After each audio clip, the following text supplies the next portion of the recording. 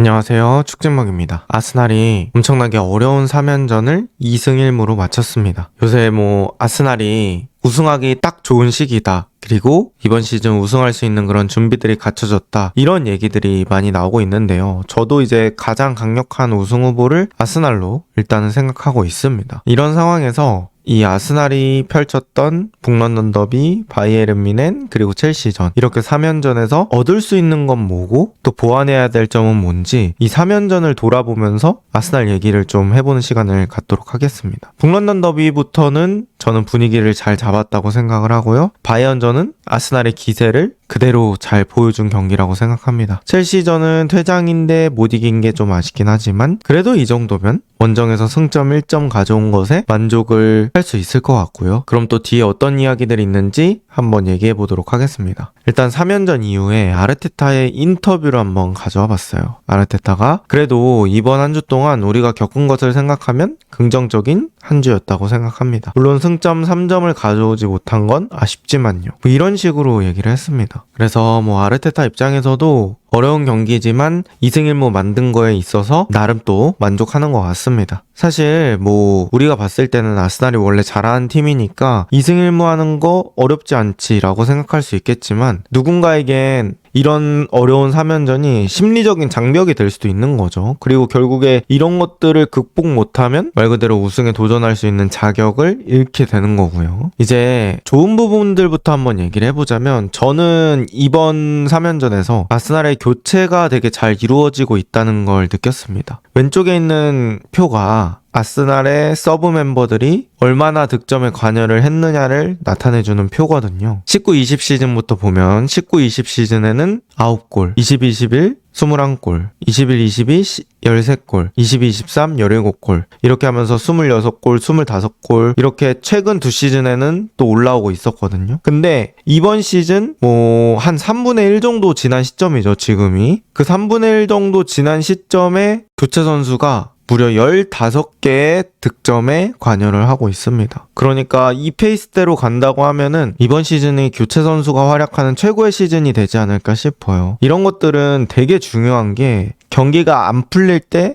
뭔가 해결할 수 있는 자원이 있다는 거거든요. 그리고 이렇게 우승을 하는 팀에서는 교체 선수가 활약하는 빈도가 되게 높습니다. 저는 이제 라리가의 바르셀로나 같은 팀을 예시로 들고 싶은데 지난 시즌 바르셀로나에서 페란 토레스가 그런 교체 선수로서 활약을 톡톡히 했죠. 또 에릭 가르시아 같은 선수들도 그런 역할을 충분히 했다고 봅니다. 그래서 이런 것들을 봤을 때는 아르테타가 그동안 교체를 안 하는 게 아니라 못하는 거 아니었을까라는 생각이 들더라고요. 그러니까 선수단의 뎁스가 갖춰지지 않았을 때는 아르테타가 그만큼 믿을 선수가 없다고 생각해서 교체를 못하는 거였는지 어쨌든 이번 시즌 뎁스가 갖춰지고 나서부터는 교체를 잘 하고 또 그 교체로 효과를 보고 있습니다. 그리고 바이언전에 어느 정도 칼라피오리를 아끼면서 교체하는 것도 보면 그런 부분들도 깔끔해졌다라고 표현을 할 수 있을 것 같습니다. 그리고 3연전에서 저는 눈에 띄게 역습 퀄리티가 체감이 됐다고 생각을 하거든요. 근데 이게 느낌으로만 느껴지는 게 아니었습니다. 실제로 통계상으로도 아스날의 역습 빈도가 좀 늘어났습니다. 이 왼쪽에 있는 그림은 가로축은 시즌 그리고 세로축은 90분당 다이렉트 공격의 빈도인데요. 지금 시즌이 2.8개로 아스날의 역대 시즌 중에 그러니까 2019년 이후부터 아스날의 시즌 중에는 가장 높은 다이렉트 공격의 빈도를 보여주고 있습니다. 아스날이 지난 시즌들은 보면 14위, 16위, 17위, 12위, 15위 이런 식으로 다이렉트 공격에 대한 리그 순위가 되게 낮은 편이었어요. 그만큼 리그에서 역습 같은 걸 잘 안 하는 팀이다. 이렇게 볼 수 있었는데 지금 현재 2.8에는 맨유, 본머스 같은 팀과 함께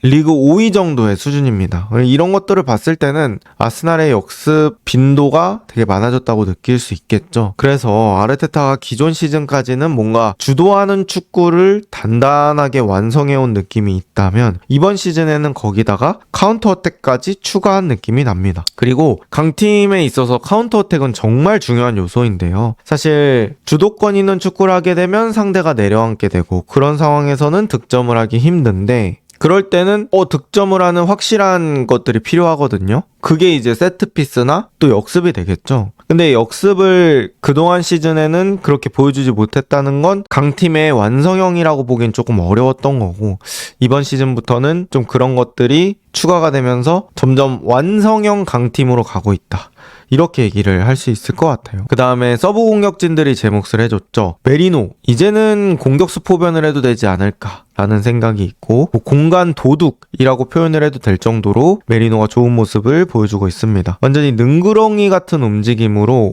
박스 안에서 그 위치 선정 냄새 맡는 건 진짜 기가 막힌 것 같고요. 또 트로사르가 최근에 쏠쏠한 활약을 보여줬죠. 11월 5경기 했고요. 2개의 득점과 3개 어시스트를 보여줬습니다. 그리고 뭐 트로사르 단순히 스텝뿐만 아니라 축구를 그냥 잘했죠. 그리고 바이에른 뮌헨전에 38분에 교체된 것까지 따졌을 때는 그거 하나 빼면 뭐 거의 4경기에서 2골 3어시를 기록하고 있었습니다. 부상을 당한 게 아쉽지만 어쨌든 좋은 활약. 그 다음에 에제가 공격형 미드필더 자리 부족한 상황에서는 또 잘 채워줬고요. 특히나 북런던 더비에서 한 경기를 통으로 자신이 지배를 했었습니다. 그래서 서브 공격진들도 제 몫을 해줬고, 이제는 뭐 웨데고르, 요케레스 이런 선수들이 돌아오면 또 달라질 수 있지 않을까 싶고요. 그 3연전 중에 가장 좋았던 경기가 뭐냐라고 물으신다면 저는 그래도 바이언전을 선택할 것 같습니다. 물론 이제 북런던 더비도 완벽했지만 바이언전 승리는 의미가 되게 크죠. 어떻게 보면 유럽에서 나 지금 강팀이다 라고 선언하는 그런 경기가 될 수 있을 것 같고, 사실 아스날이 되게 어려워했던 상대를 상성상 극복한 느낌이 있었고, 또 거기서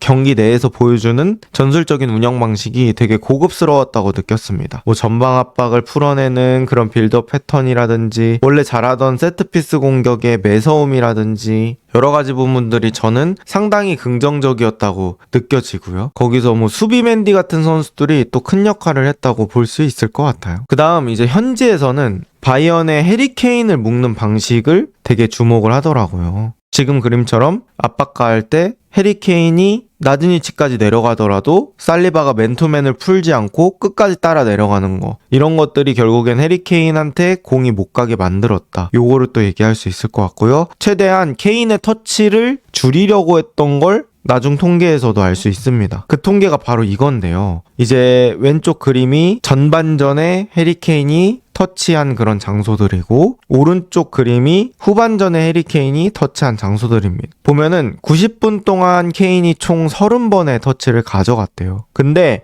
박스 안 터치는 2회밖에 안 됩니다. 그것도 전반전에요. 그 다음에 자신의 박스 안에서 터치를 3번이나 했습니다. 뭐 이런 것들을 보면 상대 진영에서 터치하는 것보다 자신의 진영에서 터치하는 게 더 많아요. 그 정도로 해리케인은 터치를 억제당했다고 볼 수 있을 것 같고, 23년 10월 이후 챔피언스리그 첫 무슈팅 경기라고 합니다. 얼마나 아스날이 케인을 전략적으로 잘 묶었는지를 알 수 있죠. 또 케인이 득점뿐만 아니라 플레이메이킹 능력도 좋은데 그런 플레이메이킹 능력까지 잘 제한을 하면서 저는 아스날이 상당히 케인에 대한 준비를 잘해왔다고 봅니다. 그래서 이런 것들까지 따졌을 때는 바이언전이 상당히 유기적으로 대응이 됐다고 볼 수 있고, 그 다음 센터백 듀오의 중요성도 저는 되게 체감을 했던 것 같습니다. 마갈량이스, 살리바 듀오가 상당히 안정적이었던 거를 이제 첼시전에서 느꼈는데, 뭐 세트피스의 마갈량이스의 공격성도 되게 그리웠고요. 빌드업도 모스케라에 비해서 살리바가 되게 안정적으로 하는 거구나. 이게 누군가가 하는 일이 쉬워 보이면 그 사람이 되게 잘하는 거다라는 걸 체감할 수 있었던 것 같아요. 그래서 살리바의 빈자리도 좀 크게 느껴졌고, 또 마갈량이스가 때로는 거칠게 상대를 다룰 때도 있지만 그래도 인카피에보다는 조금 덜 감정적인 부분이 있어서 확실히 그런 것들이 수비진의 리더의 역할을 할 수 있는 자질이 되지 않나 싶고요. 이 마갈량이스, 살리바 두 명이 합을 맞춰서 나왔던 빈도가 높았던 것도 이 두 명 센터백 듀오의 완성도를 높여준데 큰 기여를 하지 않았나 싶습니다. 그런데 이제 아스날이 또 신경 써야 될 부분은, 저는 라이스, 팀버, 메리노 같은 선수들의 관리도 좀 필요하다고 생각합니다. 제가 이제 경기수 기준으로 한번 체크를 해봤는데 라이스랑 팀버는 각각 20경기, 19경기 이렇게 했더라고요. 출전 시간도 엄청나게 많은 편이고,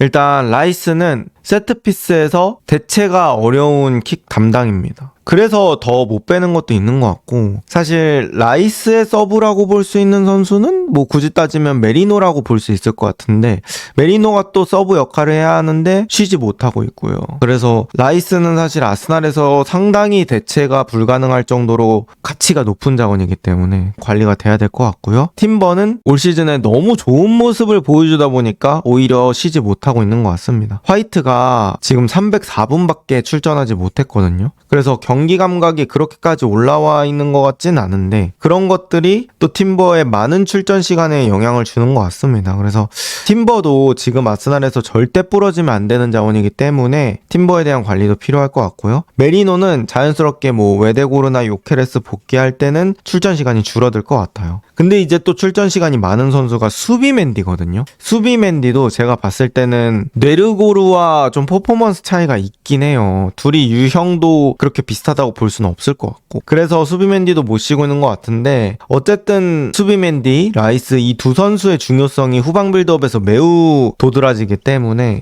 저는 관리가 확실히 좀 돼야 될 것 같습니다. 또 이제는 주에 경기가 거의 2개씩 있는 그런 타이밍이라서 관리가 잘 돼야 될 것 같고요. 그런데 이제 아스날한테 좋게 볼 수 있는 부분은 이전처럼 좀 쉽게 무너지는 느낌은 아닌 것 같아요. 이게 저는 우승에 있어서 매우 중요한 부분이 될 수 있을 것 같거든요. 17경기 연속 무패, 이것만으로 저는 기세를 알 수 있을 것 같습니다. 그리고 썬더랜드전, 첼시전 이런 경기 사실 예전에 약간 흐물거리는 아스날이라고 하면 또 질 수도 있었던 경기라고 생각하거든요. 근데 이제 이런 경기에서도 승점 놓치는 게 없다는 거, 어쨌든 1점씩은 가져온다는 거, 이게 좀 단단해졌다고 느끼고, 결국에 우승팀이라는 건 비길 거 이기고 질 거 비기는 팀이잖아요. 근데 이제 아스날이 그런 느낌이 조금은 생겼다라고 볼 수 있을 것 같고요. 다행히 뎁스를 만들어놔서 부상에도 잘 버티고 있는 것 같습니다. 지금 뭐 사실 따지자면 공격수들 줄부상에 센터백 주전조 2명 못 나오는 거, 이거 되게 큰 부분이거든요. 근데 그나마 뎁스를 잘 쌓아놨기 때문에 쉽게 무너지지 않고요. 그런 부분에 있어서 장기 레이스에서는 큰 도움이 되는 것 같습니다. 이렇게 아스날의 3연전을 한번 돌아봤고요. 여전히 강력한 느낌이다. 또 주중에 있는 브렌트포드전, 아스날이 어떻게 준비할지가 중요할 것 같습니다. 이번 영상은 여기까지고요. 좋은 하루 보내세요.